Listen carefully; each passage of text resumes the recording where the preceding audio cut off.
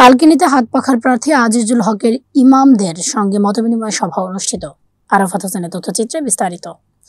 ইসলামী আন্দোলন বাংলাদেশ মনোনীত মাদারীপুর ৩ আসনের হাত পাখা প্রতীক সংসদ সদস্য পদপ্রার্থী জননেতা মাওলানা এস.এম. আজিজুল হকের সাথে কালকিনি উপজেলার ইমাম সাহেবদের নিয়ে এক মতবিনিময় সভা অনুষ্ঠিত হয়েছে। বৃহস্পতিবার ৩১ অক্টোবর ২০২৫ ইংরেজি বিকেলে আইএবি কার্যালয়ে কালকিনি মাদারীপুরের এ সভা অনুষ্ঠিত হয়।